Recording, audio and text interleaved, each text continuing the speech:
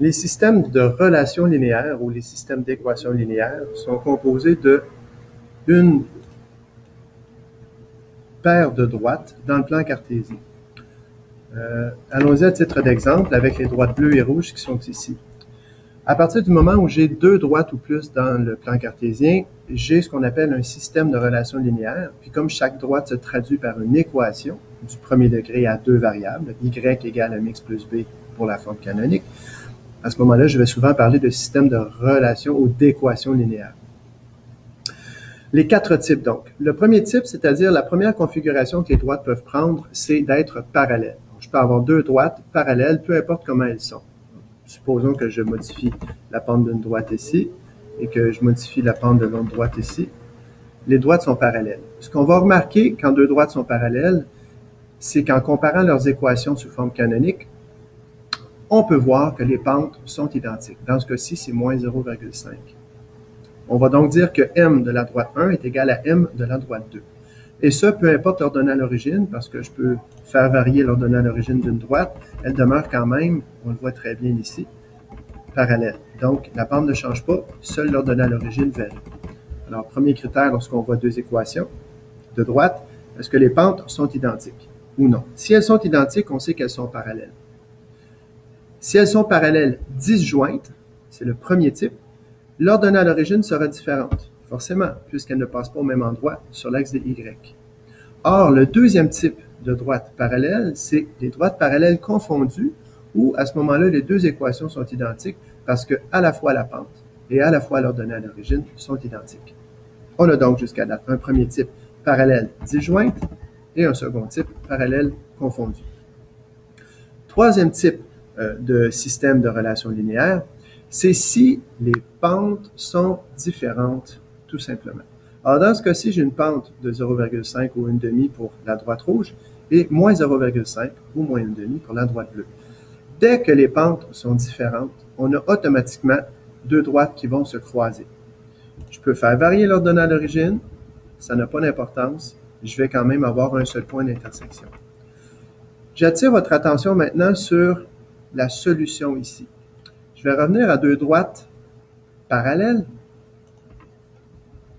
comme ici. Solution, il y a un point d'interrogation. En fait, rappelons-nous que la solution d'un système de relations linéaires, c'est le nombre de points que les deux droites ont en commun. Le premier type, parallèle disjointe, il n'y a aucune solution. Aucune solution parce qu'il n'y a aucun endroit où les droites vont se croiser. Elles ne partagent donc aucun des points dans le plan cartésien. On va donc dire qu'il n'y a aucune solution.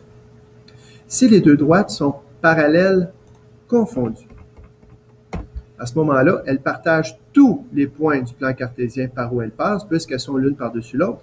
On va donc dire qu'il y a une infinité de solutions. Les deux équations sont exactement les mêmes. Pour le troisième type, c'est-à-dire lorsqu'on a des droites dont les pentes sont différentes, à ce moment-là, indépendamment de l'ordonnée à l'origine, on peut voir ici que l'ordonnée à l'origine peut être la même, donc elles se croisent au niveau de l'axe des ordonnées, ou encore l'ordonnée à l'origine peut être différente, peu importe. Dès qu'on voit que les pentes sont différentes, on sait que les deux droites sont séquentes et donc qu'il n'y aura qu'une seule solution parce qu'elles ne se croiseront dans le plan cartésien qu'à un seul endroit. C'est donc le troisième type de système de relations linéaires qu'on peut trouver, les droites séquentes. Pour ce qui est du dernier type de relation linéaire qu'on peut trouver, c'est dans un cas particulier des droites séquentes où elles sont perpendiculaires. Dans ce cas-là, il y a une particularité. Ici, le système refuse que je donne une pente qui va être infinie à la droite. Alors, ce que je vais faire, je vais les mettre pour qu'elles soient perpendiculaires de cette façon-ci. Voilà. Alors, deux droites perpendiculaires ont ceci de particulier, c'est que, encore une fois, elles sont séquentes. Donc, leur ordonnée à l'origine, ça n'a pas d'importance. Elles peuvent se croiser à n'importe quel endroit dans le plan cartésien, que ce soit ici sur l'axe des ordonnées, que ce soit également sur l'axe des abscisses. Elles sont quand même séquentes. Or, les droites séquentes perpendiculaires ont ceci de particulier, c'est que leurs pentes seront opposées, donc il y en a une de négative, bien sûr parce qu'elle descend, l'autre va être positive parce que si elles sont perpendiculaires, Donc, elles se croisent à 90 degrés. S'il y en a une qui descend, l'autre monte. Et elles seront inverses.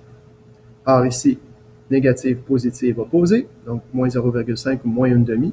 Et ici, positive 2. Et il se trouve que le chiffre 1,5, c'est l'inverse de 2. Ça veut donc dire que si deux droites sont perpendiculaires, elles ont des pentes opposées et inverses. Une autre façon de le voir, c'est que le produit de leur pente sera moins 1. Le produit de leur pente qui vaut moins 1, ça veut dire que si je multiplie la pente de l'une, c'est-à-dire moins 0,5, par la pente de l'autre, qui est 2, je vais obtenir le produit moins 1. Ce sont donc les 4 types de systèmes de relations linéaires avec lesquels on va travailler. Maintenant, les prochaines capsules vous rappelleront et vous démontreront comment on fait pour trouver les coordonnées du point d'intersection, qu'on appelle la solution, selon les différentes méthodes que l'on a vues en 3e secondaire et des nouvelles que nous ajouterons cette année.